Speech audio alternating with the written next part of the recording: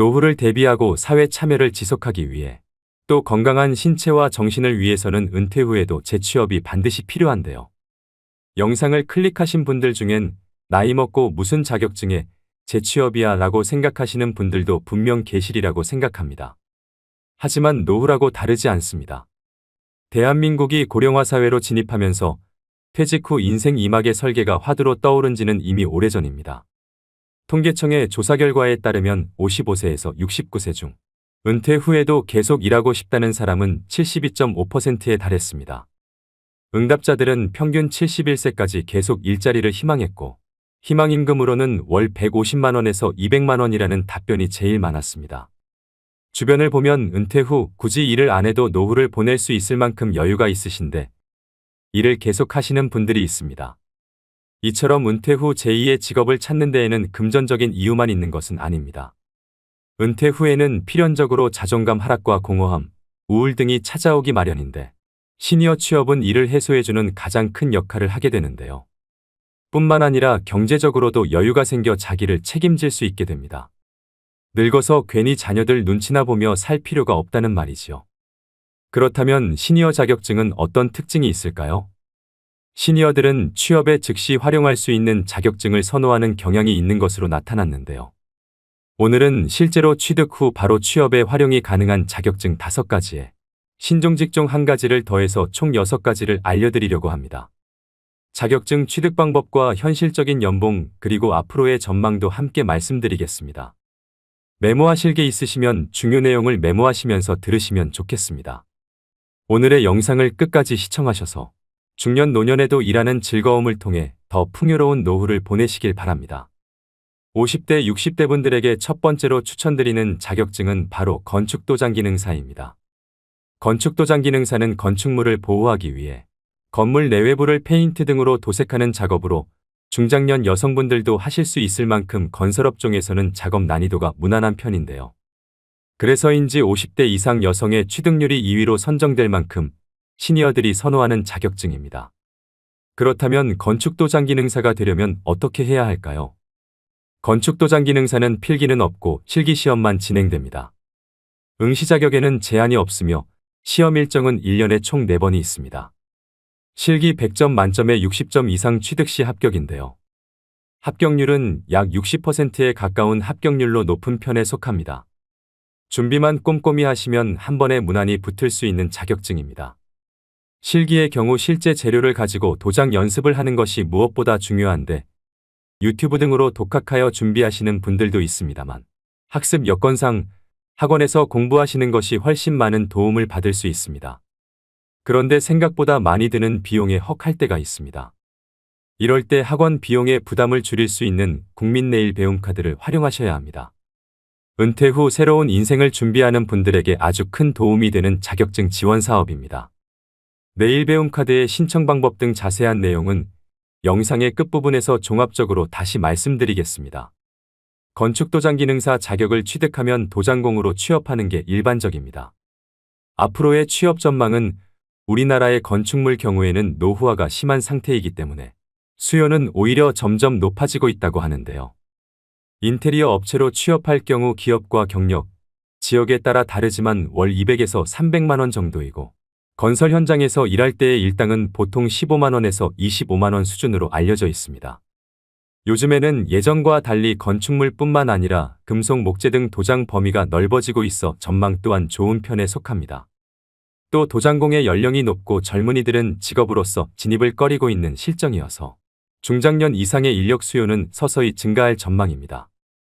50대, 60대 분들에게 두 번째로 추천드리는 자격증은 바로 한식조리기능사입니다. 한식조리기능사 자격증은 매년 꾸준히 높은 응시율과 여성 시니어들의 인기를 유지하는 자격증인데요. 살림 경험을 바탕으로 요리에 자신 있으신 분들이 가장 선호하는 자격증입니다. 자격증 취득 후 일반 음식점부터 국공립 어린이집이나 병원, 학교 등의 단체급식소에서 조리사로 취업이 가능합니다. 특히 학교 급식소에서 일하면 퇴근 시간이 빠르고 방학 기간에 쉴 수 있다는 장점이 있습니다. 그렇다면 한식조리사가 되려면 어떻게 해야 할까요?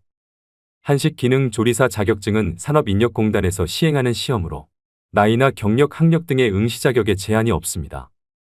자격증 취득 과정은 필기와 실기 시험으로 나눠지는데요.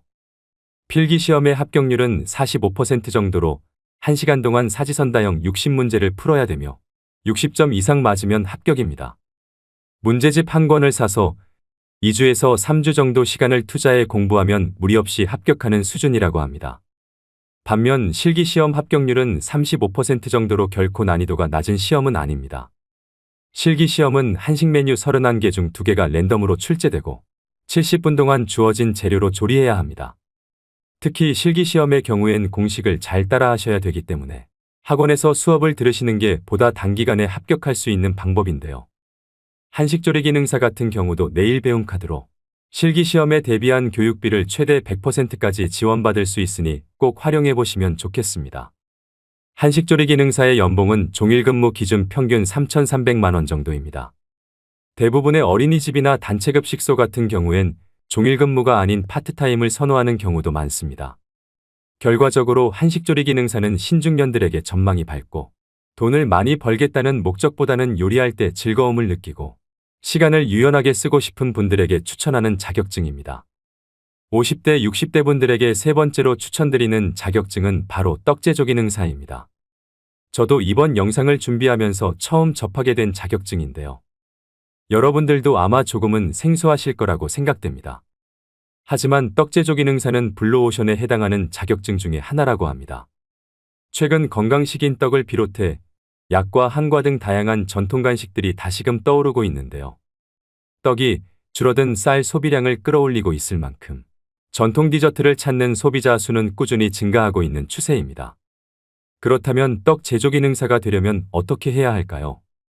떡 제조 기능사는 한국산업인력공단 주관으로 진행되는 시험으로 시험 일정은 1년에 4회입니다. 필기 시험은 사지선다형으로 총 60문항을 60분 동안 풀어야 합니다. 한식조리 기능사와 건축도장 기능사와 마찬가지로 100점 만점에 60점 이상이면 통과됩니다. 필기 시험 합격률은 75% 정도로 높은 편에 속하지만 현재 연도가 거듭될수록 합격률이 조금씩 낮아지는 걸로 봤을 때 그만큼 난이도가 조금씩 올라가고 있는 추세입니다. 필기의 경우 독학으로 공부하셔도 크게 어려움 없이 합격이 가능합니다. 실기 과목은 떡제조 작업형으로 2시간 동안 시험이 진행되며 맵쌀떡과 찹쌀떡 중 한 종류만 출제가 되는데요. 실기 역시 100점 만점에 60점 이상이면 합격입니다. 실기 시험 합격률은 약 50%로 필기보다 다소 낮은 것을 확인할 수 있는데요. 실기를 좀 더 꼼꼼히 준비하셔서 시험장에 들어가야 할 필요성이 있겠습니다. 떡 제조 기능사 역시 실기 준비는 내일 배움 카드를 활용하시면 학원에서 수강이 가능합니다. 떡 제조 기능사 평균 연봉은 3천만 원 초반 수준인데요. 떡은 한번 배워놓으면 관련 업종을 창업할 수도 있고 카페 곁들인 메뉴로도 낼 수 있다는 메리트가 있기 때문에 전망은 밝은 편입니다. 50대, 60대 분들에게 네 번째로 추천드리는 자격증은 바로 방수기능사입니다. 방수기능사는 말 그대로 건축물에 물이나 습기가 스며들지 않게 하기 위해 지하도나 지붕, 벽, 욕조 등의 방수 작업을 하는 자격을 의미합니다. 육체적으로 작업 난이도가 높지 않은 직업인데요. 건축물의 신축 공사가 많을 때 인기를 끄는 자격증이어서 최근에 매년 3만 명 이상이 시험을 봤던 인기 직종 중 하나입니다. 그렇다면 건축도장 기능사가 되려면 어떻게 해야 할까요? 방수기능사는 건축도장 기능사와 마찬가지로 필기 없이 실기시험으로만 이루어져 있어 큰 부담 없이 편하게 준비 가능하며 100점 만점에 60점 이상이면 합격입니다. 실기시험 시간은 2시간 10분이며 아스팔트 시트지를 재단하고 순서에 맞게 부착하는 작업이 진행됩니다. 합격률은 약 50% 정도로 무엇보다 2시간 10분 안에 작업을 마쳐야 하기 때문에 몸에 익숙해질 때까지 실습을 충분히 해야만 취득할 수 있습니다. 방수기능사 또한 한국산업인력공단 주관 시험이고 내일 배움 카드 이용이 가능합니다. 방수기능사의 평균 연봉은 3,200만 원 정도입니다. 방수공사는 90% 이상이 신축공사이며 일부가 보수공사이기 때문에 신축공사의 증감에 따라 영향을 많이 받습니다. 최근 건설 경기가 서서히 회복되면서 방수기능사에 대한 고용도 서서히 증가할 전망입니다. 50대, 60대 분들에게 다섯 번째로 추천드리는 자격증은 바로 요양보호사입니다. 고령화 시대에 꼭 필요한 인력으로 주목받는 자격증인데요. 요양보호사는 노인 또는 신체적으로 도움이 필요한 환자들에게 기본적인 건강관리와 생활지원을 제공하는 역할을 합니다. 제 주변에도 실제로 50대, 60대 지인분들이 요양보호사를 업으로 삼고 계시는 분들이 많이 계실 만큼 요양보호사 자격증에 대한 관심이 뜨거운데요. 아내를 간호하기 위해 자격증을 취득한 84세 할아버지와 18살 손자와 나란히 합격한 72세 할머니도 계십니다. 개인적인 생각으로 50대, 60대라도 누구나 무리 없이 합격할 수 있는 수준이라 봅니다. 그렇다면 요양보호사가 되려면 어떻게 해야 할까요? 요양보호사의 교육과정은 총 240시간으로 이론과 실기 그리고 실습을 각각 80시간씩 수료해야 됩니다. 필기시험과 실기시험 각각 만점에 60% 이상 득점 시 합격할 수 있습니다. 하지만 2024년부터는 이론 240시간, 실기 80시간으로 기존 교육이수 시간에서 80시간이 더 늘어날 예정입니다. 자격증을 취득한 요양보호사는 흔히 양로원이라 말하는 시설이나 주야간 보호센터에서 일할 수 있게 되는데요. 또 제가 서비스라고 해서 집으로 직접 방문해 가사지원과 신체 수발 서비스 등을 담당하기도 합니다. 다만 급여가 안정적이지 않고 값싼 가정부를 고용했다는 듯 노골적으로 잡일을 시키는 환자나 가족이 있을 수 있습니다. 또 치매 어르신들을 주로 돌보는 일이라 돌발 상황도 많이 생긴다고 합니다. 하지만 단순한 돈벌이 이상의 보람이 있다고 하시는 분들도 많습니다. 근무지에 따라 일의 강도나 형태는 다르지만 요양보호사 대부분은 사회에 도움이 되는 일을 하고 있다는 사명감으로 일하고 계시지 않을까 생각합니다. 하지만 이와는 별개로 요양보호사에 대한 잘못된 인식과 처우는 앞으로 많이 개선되어져야 하는 것은 분명합니다. 2023년 기준 요양보호사의 최저임금은 시급 9,620원으로 연봉으로 환산 시 약 2,400만 원 수준입니다. 계속되는 고령화와 요양시설이나 재가시설에서 요양보호사를 의무 채용하고 있어 전망은 제일 밝은 자격증 중 하나입니다. 요즘 같은 고용 불안 시대에 건강하기만 하다면 평생 직업으로 삼을 수 있는 일이라고 생각됩니다. 이렇게 총 5가지의 전망 좋은 자격증을 알려드렸는데요. 여기에 한 가지 더 강력 추천드릴 자격증으로 신종직업인 병원동행 매니저에 대해 말씀드리겠습니다. 기대 수명이 늘어난 요즘에는 불가피하게 찾아오는 질병을 적절하게 관리하는 일이 장수의 우선 조건이 되었습니다. 이와 함께 부상하는 직업이 바로 병원 동행 매니저인데요. 노인 비율이 커지는 만큼 몸이 아픈 사람들도 당연하게 많아지고 있습니다. 복합검진이 가능한 대부분 종합병원이 예약 시스템으로 운영되고 있는데 기기를 다루는데 익숙하지 않는 어르신에게는 외래 진료 예약부터 병원 방문까지 모든 과정이 어려움의 연속인데요. 그나마 가족이 도움을 줄 수 있다면 괜찮지만 각자 밥벌이로 인해 부모의 외래 진료에 동행하기 위해 시간을 내기는 쉽지 않습니다. 이처럼 병원 동행 매니저는 숙련된 간병인이 환자와 함께 이동하여 보호자를 대신해 병원 이동 및 접수 귀가까지 동행하는 신종 직업입니다. 병원 동행 매니저는 인생이막의 유망 직종으로 전망이 아주 밝습니다. 서울시의 경우 2022년 기준으로 1만 명의 병원 동행 매니저가 활동하고 있으며 2025년까지 2만 명의 병원 동행 매니저를 양성할 계획이라고 밝혔는데요. 노인 인구가 빠르게 증가하면서 시니어 1인 가구는 더욱 늘어날 것이기 때문에 병원 동행 매니저의 수요는 앞으로 더욱 증가할 것으로 예상되고 장년 노년분들이 하기에 괜찮은 직업으로 생각이 됩니다. 그렇다면 병원 동행 매니저가 되려면 어떻게 해야 할까요? 병원 동행 매니저로 활동하기 위해서는 간호사, 간호조무사나 요양보호사, 사회복지사 자격 중 한 가지 이상의 자격증을 소유하고 있어야 합니다. 소지하고 계신 자격증이 없으시다면 사회복지사 2급 취득으로 접근하시는 게 가장 수월한 방법인데요. 사회복지사 2급은 필기시험 없이 온라인 수업 이수 후 실습을 하면 취득할 수 있습니다. 한국산업인력공단이나 한국사회복지사협회 홈페이지에서 접수를 진행할 수 있습니다. 가장 궁금해하실 급여 조건은 지역이나 업무 시간에 따라 다르겠지만 월 최대 240만 원 수입을 낼 수 있습니다. 평균 시급은 2만 원 수준으로 모든 서비스는 기본 2시간 이상 제공되기 때문에 한 번 병원 동행 시 최소 4만 원을 받을 수 있습니다. 근무 시간을 여유롭게 사용할 수 있고 업무 강도도 무난한 편에 속하기 때문에 하루빨리 자격증을 취득하셔서 제2의 직업으로 삼아보시면 어떨까요? 그렇다면 말씀드린 5가지의 기능사 자격시험은 어디에서 신청할까요? 한국산업인력공단 사이트인 큐넷 사이트에 접속하셔서 원서 접수를 진행하셔야 합니다. 설명드린 자격증마다 말씀드렸다시피 국민배움 체험카드를 100% 활용하셔서 취득하셔야 비용을 최대한 아낄 수 있습니다. 신청 방법은 가까운 고용센터를 방문하시거나 HRD.net 홈페이지를 통해 신청이 가능한데요. 지원 금액은 300만 원이 기본이고 최대 500만 원까지 지원받을 수 있습니다. 지원 범위 내에서 전체 훈련비의 45에서 85%가 국비 지원이 됩니다. 아무래도 어르신들은 컴퓨터로 신청하는 것은 어려움이 있을 수 있기 때문에 언급해드린 자격증 취득에 의사가 있으신 분들이라면 자녀에게 도움을 요청하시거나 그마저도 어렵다면 고용센터에 방문해서 자세한 상담을 받아보시는 것이 좋겠습니다. 오늘의 영상 어떠셨나요? 영상을 보시고 이렇게 말씀하시는 분들도 계실 겁니다. 일이야 계속 하고 싶지요. 하지만 나이 든 사람을 누가 써준답니까? 라고 하시며 일자리를 구할 생각조차 하지 않는 분들도 많을 거라고 생각합니다. 자격증을 취득해도 나이 때문에 일자리를 구하기 힘든 현실이라고도 말씀하십니다. 저는 이 의견이 맞는 말인 것 같기도 하지만 또 틀린 말이기도 한 것 같은데요. 일자리를 구하지 못하는 것은 나이 때문만이 아닙니다. 쉬운 일만 찾거나 이미 지나버린 자신의 전성기만 생각하고 눈높이를 낮춰 일자리를 구하지 않기 때문인 경우가 더 많습니다.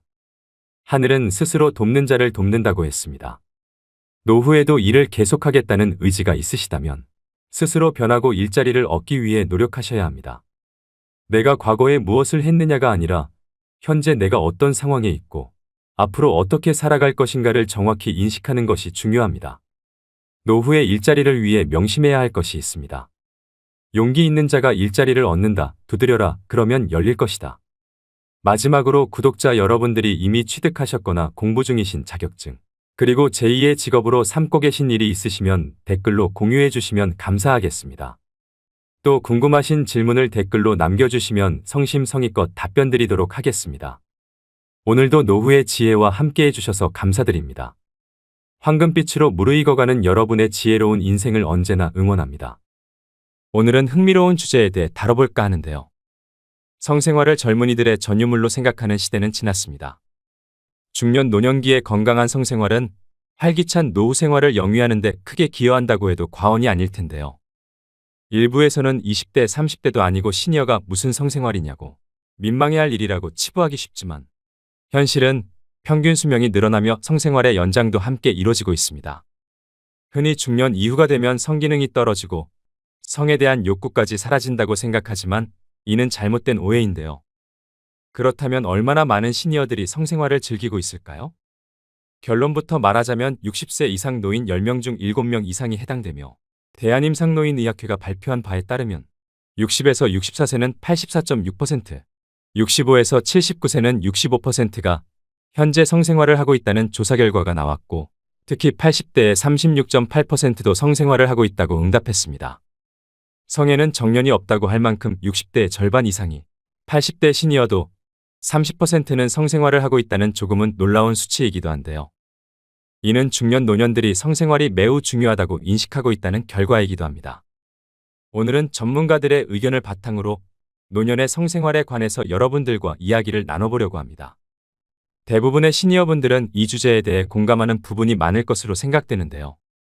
나이가 들면 아무래도 신체적 노화로 젊었을 때보다 성기능 역시 힘이 빠지는 것은 사실입니다. 심리적으로 위축되다 보니 정상적인 성생활이 힘든 경우도 많습니다. 그렇다 보니 확인되지 않은 약물이나 무분별한 성기구 등을 찾기도 하고요. 성생활을 하는 노인 중 발기부전 치료제를 구매한 노인은 60%가 넘지만 그 중에서 20% 이상은 무허가 제품을 구매하여 혈압 상승, 안면 홍조 등의 부작용을 경험한 것으로 나타났습니다. 젊어서는 콜라텍에서 밤새 놀아도 다음날 멀쩡하게 일어나서 출근도 하고 100m도 전력 질주할 수 있었지만 나이가 들면 마음처럼 체력이 따라주질 않는데요. 노후의 성생활도 마찬가지입니다. 건강한 성생활을 위해서는 가장 먼저 우리 몸의 변화를 인식해야 됩니다. 일반적으로 50대 이후에는 그 시기에는 차이가 있지만 남녀 모두 갱년기를 겪으면서 노화가 시작됩니다. 이때 성적 위축이나 자신감이 결여되기 쉬운데 이를 인정하고 적극적으로 받아들이는 자세가 첫 번째로 필요합니다.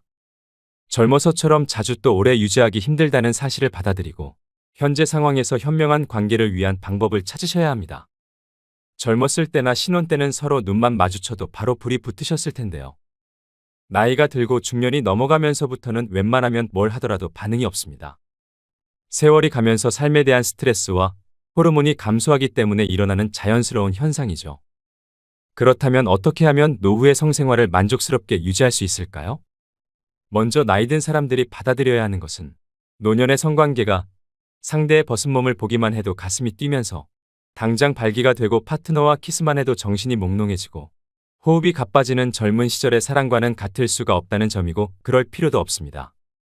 젊어서는 거칠고 자극적인 음식도 부담 없이 먹을 수 있었지만 나이가 들면 이런 음식은 몸에서 받아들이질 못하니 소화가 잘 되는 음식을 찾게 되는데요.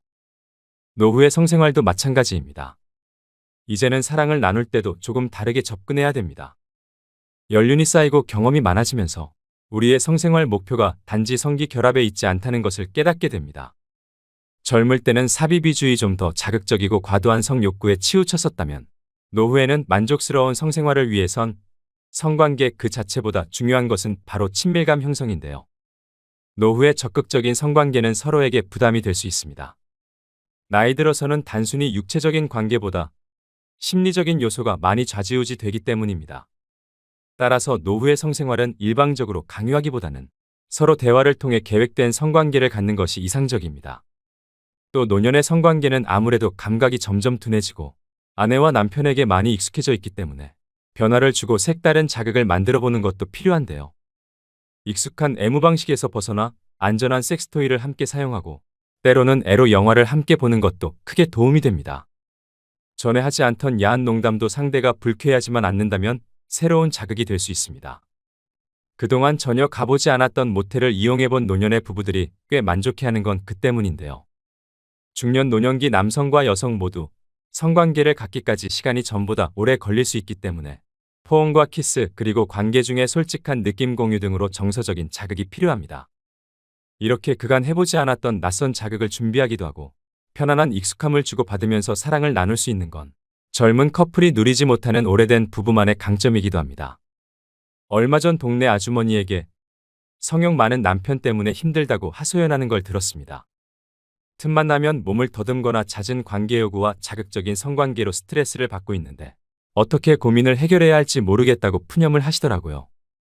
수명이 늘어남에 따라 신체적으로 건강한 시니어들이 늘어나다 보니 남성 중심적인 성관계만을 요구하는 경우도 많이 볼 수 있는데요.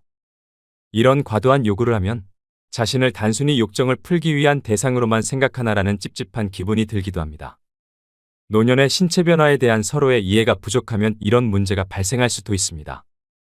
이 문제를 해결하기 위해서는 먼저 남편들은 아내의 몸에 대한 이해가 필요하다고 생각됩니다. 여성은 갱년기가 되면 폐경을 경험하면서 여성 호르몬인 에스트로겐과 프로게스테론이 저하되게 되는데요. 이런 신체 변화를 단기간에 경험하기 때문에 갱년기 이후의 신체적, 정신적으로 큰 혼란을 겪게 됩니다. 특히 여성 호르몬의 결핍으로 인한 질건조감과 성교통, 반복적인 지렴 등의 신체적인 변화는 부부관계를 기피하게 하고 성욕저하를 유발하는 원인이 되기도 합니다. 또 폐경 이후 여성의 몸에 대한 오해 중 하나는 폐경이 되면 여성의 성기능이 끝났다고 생각하는 것인데요. 이것은 잘못된 생각이고 폐경 이후에도 개인차는 있겠지만 주변에서만 봐도 활발하게 부부간의 성생활을 즐기시는 분들이 많습니다. 그렇기 때문에 남편분들은 무조건적인 요구보다는 호르몬의 변화로 달라진 아내의 성적 흥분을 어떻게 불러일으킬 수 있을지 고민하는 것이 우선이 되어야 합니다. 마찬가지로 아내도 남편을 이해할 필요가 있는데요. 여성들은 남편이 젊어서처럼 발기가 잘 이루어지지 않으니 성욕도 없을 거라고 생각하는 경향이 있습니다. 하지만 남성은 여성과 달리 고령이라 할지라도 생식 능력이 완전히 없어지지 않습니다. 남자는 숟가락 들 힘만 있으면 가능하다는 말도 있지요. 남성 노인의 약 70%가 정상 성인과 비슷한 수치의 성욕 호르몬인 테스토스테론을 갖고 있다는 연구 결과가 있을 만큼 이는 시니어 남성들 역시 젊은이들과 비슷한 성욕을 가지고 있으며 성생활을 얼마든지 즐길 수 있다는 것을 반증하는 결과이기도 합니다. 그렇기 때문에 남편의 욕구를 늙어서 주책이라고 생각하고 무시한다면 남편은 남성으로서의 존재감이 부정당하는 느낌이라 자신감을 잃고 우울감에 빠지게 될 텐데요. 이처럼 서로의 신체 변화를 이해하고 배려할 때 더 만족스러운 성생활을 유지할 수 있게 됩니다. 그렇다면 노년의 성생활이 건강에 좋은 이유는 무엇일까요? 첫 번째로 성관계는 뇌 기능을 향상시켜 줌으로써 치매 예방에 효과적입니다. 60세 이상 7,000명을 대상으로 조사한 결과 성생활을 정기적으로 하는 사람은 단어 회상 능력 등 뇌기능이 최대 23%까지 향상된 것으로 나타났는데요. 뇌기능 향상은 치매 예방뿐 아니라 노화와 건망증 진행을 억제합니다. 두 번째는 심혈관 질환을 예방합니다. 성생활은 세포 내 산소량을 늘려 혈관을 건강하게 유지되도록 합니다. 세 번째는 노후의 우울감이 개선됩니다. 나이가 들면 은퇴나 자녀의 결혼 등의 변화로 우울하기 쉽습니다. 규칙적인 성생활은 뇌에 엔돌핀을 분비해 정서적 안정감을 얻을 수 있어서 우울감 개선에 큰 도움이 됩니다. 네 번째는 전립선 질환을 예방합니다. 남성의 경우 성생활을 하면 테스토스테론 분비가 활발해지면서 고환과 음경 위축을 방지하는데요. 또 테스토스테론은 약해진 뼈와 근육 건강을 유지하는 데도 좋습니다. 다섯 번째는 골다공증 예방입니다. 여성의 경우 늘어난 에스트로겐 분비량으로 인해 골다공증이 예방되고 질의 세균 감염을 막아 여성 질환에 걸릴 가능성이 낮아집니다. 여섯 번째는 피부 건강이 유지됩니다. 성생활로 인해 분비되는 성호르몬은 피부 건강에도 도움을 줄 수 있는데요. 실제로 스코틀랜드 로열 에든버러 병원 연구에 따르면 정기적으로 성관계를 하는 사람은 또래보다 피부가 평균 10년 젊어 보인다고 합니다. 마지막으로 일곱 번째는 남성 발기부전을 예방합니다. 규칙적인 성생활은 정상적인 발기를 유지하는 데 도움이 됩니다. 이처럼 건강한 성생활은 노후의 신체적 정신적 건강 모두 챙길 수 있는데요. 이렇게 좋은 걸 나이 들었다는 이유만으로 포기할 순 없겠죠. 그리고 노년의 성행위는 흔히 복상사라고 하는 심장마비를 일으킬 위험이 있다고 믿는 사람들이 있는데요. 연구에 의하면 성생활로 인한 복상사의 위험이 가장 높은 사람은 심장병 환자가 아니라 익숙하지 않은 환경에서 자신보다 더 젊은 여성과 혼의 정사를 갖는 남성들이라고 합니다. 일제강점기 시절 조선 기생이 자신을 찾는 손님들마다 연쇄복상사를 시켜 죽음을 당했다는 일화도 있는데요. 한마디로 주체할 수 없는 흥분 때문에 발생할 수 있는 일인데 오래된 부부나 연인 사이에 웬만해선 이런 자극은 일어날 일이 없다고 생각합니다. 성에 대한 욕구는 젊었을 때와 다름없지만 나이가 들수록 이를 꾸준히 유지하는 데 어려움이 있는 것은 부정할 수 없는데요. 그렇다면 노후의 성생활을 가로막는 가장 큰 문제는 어떤 것일까요? 남성의 경우에는 활발한 성생활에 대한 욕구가 있지만 이를 해결하지 못해 고민하는 시니어 남성들이 있습니다. 원활한 성생활을 할 수 없는 이유로 꼽는 것이 발기부전인데요. 이런 경우 흔히 남성 갱년기를 탓하지만 대부분의 경우 혈관 이상에 있다고 합니다. 당뇨나 남성 호르몬이 부족해지는 전립선 질환의 그 원인이 있다고 하는데요. 전문의는 100세 시대가 되면서부터 혈관성 발기부전은 먹는 약 등의 다양한 방법으로 해결할 수 있다고 합니다. 전문가들의 경험에 따르면 발기부전 치료제를 사용해 완전히 발기가 된 경험을 가진 사람 중에서는 심지어 약을 복용하지 않아도 정상적으로 발기가 된다고 합니다. 여성의 경우 위에서 언급드렸다시피 폐경기를 겪게 되면 여성 호르몬의 수치가 낮아져 성관계에 어려움이 생길 수 있는데요. 제일 큰 문제점으로는 질의 윤활액 분비가 줄어들어 질 건조증이 심해져 성교통으로 인해 고통이 따른다고 합니다. 하지만 질 윤활제나 질 내에 여성 호르몬을 투입해 정상적인 성생활이 가능하다고 하는데요. 이 방법은 오히려 방광염을 예방할 수 있고 질 건강에 도움이 됩니다. 특히 질 윤활제는 성생활을 방해하는 주요 원인의 해결책으로 충분하게 사용함으로써 많은 긍정적인 효과를 볼 수 있기 때문에 전문가들은 적극 권고한다고 말합니다. 이와 같이 노년의 성관계에 있어서 크게 나타나는 문제는 남성은 발기부전, 여성은 질건조증인데요. 말씀드린 방법처럼 약물이나 윤활제 사용 등으로 간단하게 해결이 가능한 부분이니 망설이지 마시고 해결책을 찾아 나서야 됩니다. 이처럼 물리적인 치료 외에 또 어떤 노력이 필요할까요? 노후의 건강한 성생활을 위해서는 남녀 모두 꾸준히 운동을 하는 것이 좋은데요. 특히 걷기와 달리기 같은 유산소 운동을 꾸준히 하면 성기능 장애를 예방하는 효과가 있습니다. 또한 항문을 조이는 케겔 운동은 성감을 높여주는 효과가 있을 뿐 아니라 골반 근육 강화에 효과적이어서 요실금을 예방할 수 있습니다. 케겔 운동은 대변을 참듯 항문 주변 근육을 조였다 풀어줬다 반복하는 것으로 여성뿐 아니라 남성의 성기능 향상에도 도움이 됩니다. 이처럼 노화로 인한 변화를 잘 이해하고 해결방법을 적용한다면 더 행복하고 활기찬 노후를 보내실 수 있습니다. 오늘의 영상 어떠셨나요? 갱년기를 거치면서 몸과 마음이 허약해지는 노년기이지만 성생활을 얼마든지 즐길 수 있고 성생활을 통해 삶의 활력뿐 아니라 젊음까지 되찾을 수 있는데요. 성생활을 즐기는 시니어들을 주책으로 치부하는 잘못된 인식들이 시니어들의 생활에 영향을 미칠 뿐 아니라 그들의 삶의 질 문제로까지 이어지게 됩니다. 또 부부간의 성생활 문제에 정답은 없습니다. 부부가 서로 좋으면 자주 할 수도 있고 서로 원하지 않으면 10년 동안 또는 평생 하지 않아도 문제가 되지 않겠죠. 하지만 부부간의 성생활은 건강과 일상을 행복하게 유지하는 요소입니다. 또 너무 과도하면 건강에 무리가 가겠지만 적당한 정도에서의 성생활은 분명히 노년에 큰 시너지가 될 것입니다. 미국의 배우인 존 베리모어는 성생활에 관해 이렇게 말했다고 하는데요. 아주 적은 양의 시간만을 차지하는데 엄청나게 많은 양의 곤란함을 야기시키는 것. 그만큼 만족스러운 성생활을 위해서는 서로의 노력과 배려가 필요하다는 의미이겠지요. 여러분들은 모두 당당한 노후의 성생활을 누리시길 소망합니다. 오늘도 노후의 지혜와 함께 해주셔서 감사드립니다. 황금빛으로 무르익어가는 여러분의 지혜로운 인생을 언제나 응원합니다.